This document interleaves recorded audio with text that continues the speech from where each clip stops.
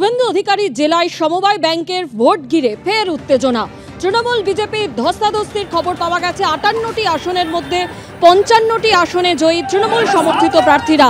Tamluk town credit সমবায় সমিতির ভোটেও Trinamool BJP কর্মীদের ধস্তাধস্তি। অন্যদিকে ফের প্রকাশ্যে তৃণমূলের গোষ্ঠীদ্বন্দ্ব। শহর সভাপতিকে চ্যালেঞ্জ জানাতে দলীয় কর্মীকে নির্দল হিসেবে দাঁড় করালেন তৃণমূল কাউন্সিলর। গুরুত্বে নারাজ শহর সভাপতি।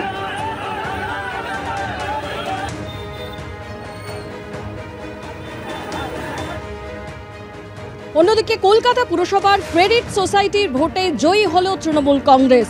23টি আসনে জয়লাভ করল তৃণমূল কংগ্রেস। এর আগে 11টি আসনে বিনা প্রতিদ্বন্দ্বিতায় জয়লাভ করেছিল তৃণমূল সমর্থিত প্রার্থীরা। তৃণমূলের বিরুদ্ধে ভোটে কারচুপির অভিযোগ বামেদের। কলকাতা পুরসভার ক্রেডিট সোসাইটির ভোট ঘিরে কারচুপির অভিযোগ। পার্ক সার্কাসে স্কুলে দফায় দফায় উত্তেজনা। প্রার্থী আছে আপনার? আমাদের 12 জন প্রার্থী। কি অবস্থা হলো আজ? হয়ে যাবে ওরা যদি সঠিকভাবে হয়। ওখানে কোনো ভোটারকে ঢুকতে দেওয়া হচ্ছে না, কোনো ভোটারকে ঢুকতে দেওয়া হচ্ছে না। প্রার্থী তখন তাকে একটু সমীহ করে, হ্যাঁ ঠিক আছে যান গিয়ে বসুন। আমাদের একজন প্রার্থীকে বলছে ও ঠিক আছে কথা বলেছে বলে তাকে বলছে আপনি এত কথা বলছেন কেন, আপনি যান আপনার ভোটটা দিন। তো তারা পরিচালনা করছে, পুলিশ নেই? পুলিশ তো এখানে একটাই পোস্ট দাদা, আর সবাই তো আর পোস্টের ভেতরে পড়ে না, ঠিক আছে? তো কাজে সেভাবেই পরিচালিত হচ্ছে বোর্ড। 23টা মোট আসন, সেই আসনে 11টা আসনে আমাদের আনকন্টেস্টেড। এরপর সিপিএম কোর্টে যায়, কোর্টে গিয়ে তারা দাবি করে কিছু, কিন্তু কোর্ট ওদেরকে সুযোগ দেয়, আবার 3টে দিন দেয়। সেই 3 দেয় এবং শুধু তাই নয়, অনলাইনে অ্যাপ্লাই করা যাবে।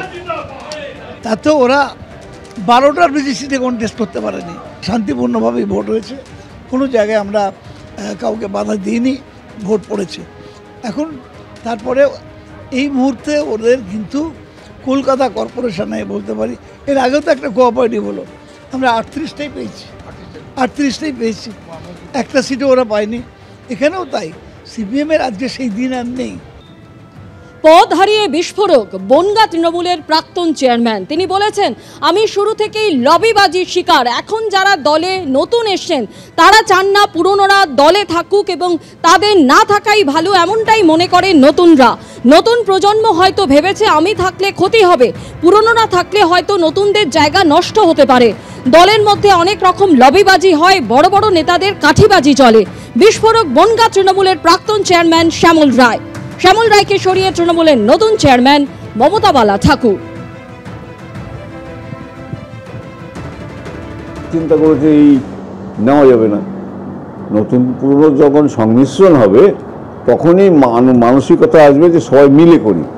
এখানে হয়তো নতুনদের মনে হয়েছে যে পুরনো না আসলেও ভালো, তাদের জায়গাটা হয়তো নষ্ট হতে পারে। দলের মধ্যে অনেক রকম লবিবাজি হয়তো, সেই লবিবাজির শিকারও হতে পারি আমি। একদম লবিবাজির শিকার গোড়া থেকে। দলে খারাপ হতে পারে আমাকে নিয়ে, সেই চিন্তা ভাবনা করেছে নতুন প্রজন্ম যে আসলে দলে থাকলে দল খারাপ হবে। কাঠিবাজির শিকার তো বলেই দিলাম আগে, একটুখানি আছে কাঠিবাজি, দলে থাকলে একটু কাঠিবাজি হয়। দেখছি তো সব জায়গায় বড় বড় নেতাদের সব কাঠিবাজি চলে, আমাদের এখানে ছোটোখাটো সব ব্যাপার।